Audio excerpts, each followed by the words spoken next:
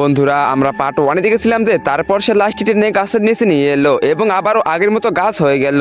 দৃশ্যটি দেখে রাইস্টারের বুক কেঁপে উঠলো, কিন্তু প্রথমবার সেই গাছের সাথে কথা বলার চেষ্টা করলেন। হঠাৎ গাছের ভিতর থেকে এক গভীর আওয়াজ ভেসে উঠলো, গ্রামবাসীরা, তোমরা কি আমায় সবাই ভুলে গেছো? এইটা শুনে রাইস্টার অথভম্ব হয়ে গেলেন এবং রাইস্টার জিজ্ঞেস করলেন, কে তুই? গাছটি উত্তর দিল, আমি হলাম ঠুং ঠুং ঠুং সাহুর। একসময় আমিও এই গ্রামের আদুরের সন্তান ছিলাম, কিন্তু 100 বছর আগে আমাকে এই গাছেই দড়ি দিয়ে উল্টো করে ঝুলিয়ে দেওয়া হয়েছিল।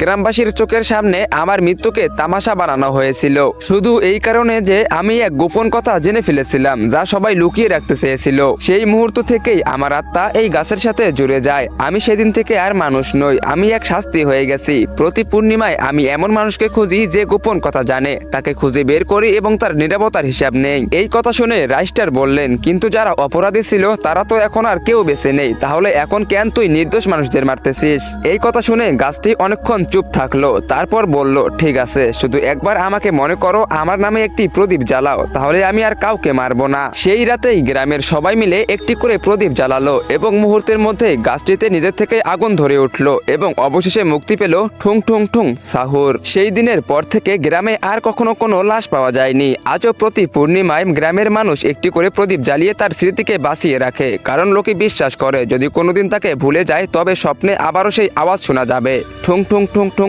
সাহুর।